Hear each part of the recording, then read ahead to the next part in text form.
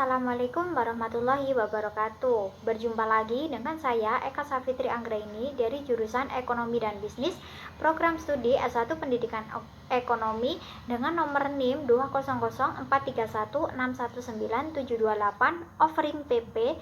Di sini saya akan memberikan contoh mengenai barang publik yang menjadi tugas akhir mata kuliah Mikroekonomi 2. Contoh yang saya jelaskan adalah runtuhnya jembatan Widang Babat.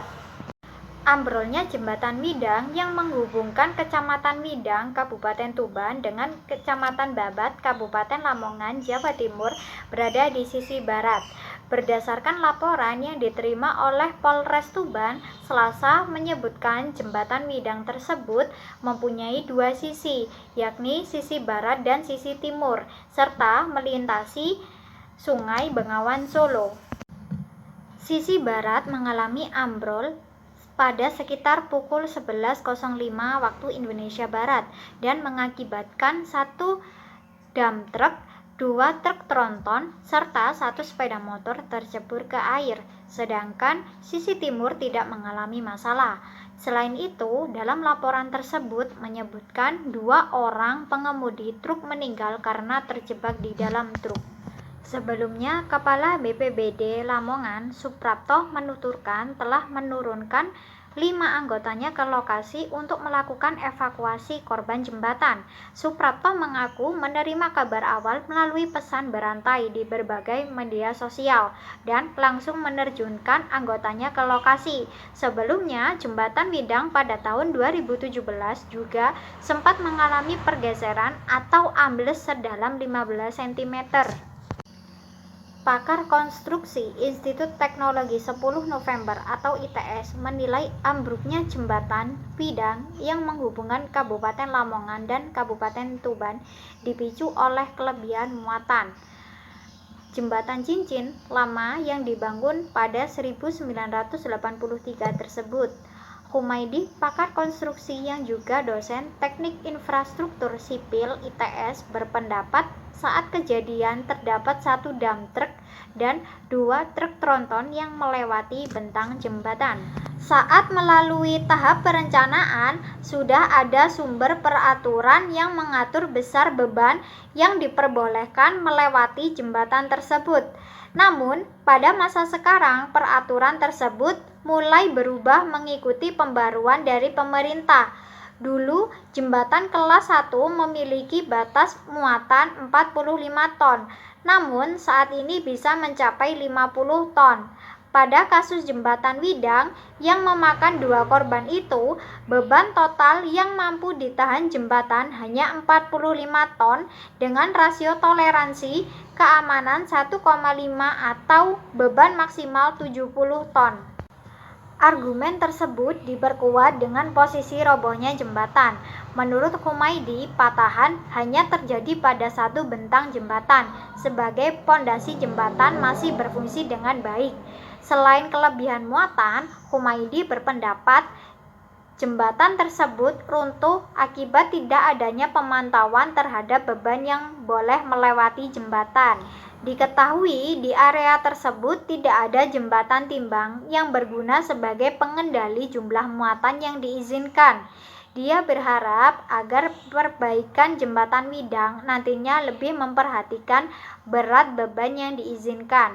Apalagi saat ini sudah ada teknologi berupa sensor yang bisa dipasang pada titik-titik sepanjang bentang dan mampu mendeteksi kondisi jembatan. Penyebab runtuhnya jembatan Widang Babat. Runtuhnya jembatan Widang disebabkan oleh beban berlebih atau overload.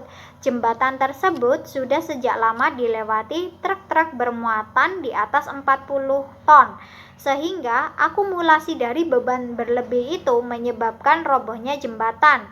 Overload yang berlebihan dan berlangsung lama berpengaruh pada kekuatan plat sambung atau plat kopel.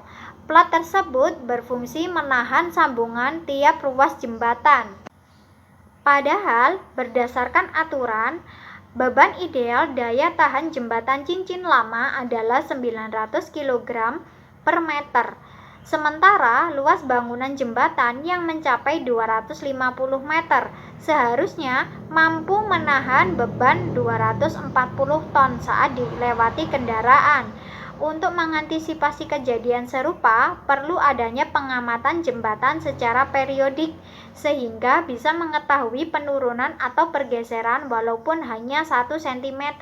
Dampak akibat runtuhnya jembatan Widang Babat.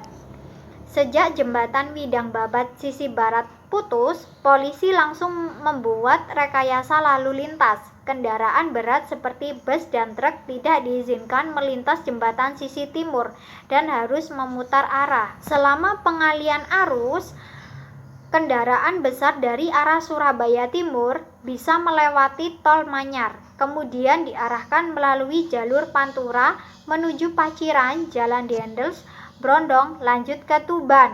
Kendaraan besar dari arah Lamongan dan Babat akan diarahkan melalui Bojonegoro atau harus putar balik. Sementara untuk kendaraan besar dari arah Tuban atau Barat akan diarahkan melalui jalur Jalan Dendels, Brondong, Paciran, selanjutnya langsung ke Gresik. Pasalnya, upaya tersebut juga guna mengurangi tekanan tonase yang melewati jembatan Widang sisi timur. Dampak dari pengalian arus ini sangat dirasakan warga. Bis-bis yang biasa melintas tak jauh dari rumah kini tak ada lagi. Dampak lain dari ambruknya jembatan cincin juga terjadi kemacetan di jalur tengah. Misalnya jalur dari Babat, Bojonegoro, Cepu, Blora, di mana ada pengalian harus lewat tengah. Kemacetan hampir tiap hari di perempatan Babat yang menghubungkan jalur ke Jombang sampai Bojonegoro dan Tuban. Misalnya, satu jembatan cincin masih difungsikan terutama di laju timur. Solusi akibat runtuhnya jembatan Widang Babat. Terdapat 5 solusi yang ditawarkan di dalam kasus ini, yaitu solusi yang pertama adalah pemasangan pancang di sepanjang sisi kanan dan kiri 2 jalur jembatan yang menghubungkan Widang dan Babat. Solusi yang kedua adalah membangun jembatan alternatif yang terdiri dari kerangka baja ringan berkualitas tinggi yang bisa dipindah-pindah. Solusi yang ketiga adalah dalam membangun jembatan lagi perlu adanya mengevaluasi kualitas bahan yang akan digunakan dan perlu untuk melakukan uji coba terhadap kekuatan daya beban yang diangkut oleh kendaraan. Solusi yang keempat adalah perlunya adanya jembatan timbang yang berfungsi sebagai acuan berat angkutan yang diangkut oleh pengendara dan pemantauan sebelum memasuki jembatan Widang Tuban tersebut. Solusi yang terakhir adalah pemerintah akan membangun jembatan darurat atau jembatan bailey selama pembangunan kembali jembatan Widang Babat yang ambruk. Perbaikan jembatan penghubung Babat Lamongan, Widang Tuban dengan beton berkerangka baja membutuhkan waktu lama. Targetnya bisa selesai selama 45 hari. Sehingga jalur Jalan Raya Pantura Jawa Timur sisi barat tersebut bisa mendekati normal kembali. Oleh karena itu, untuk sementara akan dibangun jembatan darurat atau jembatan bailey. Sekian contoh kasus yang bisa saya jelaskan, semoga bermanfaat. Saya akhiri, wassalamualaikum warahmatullahi wabarakatuh.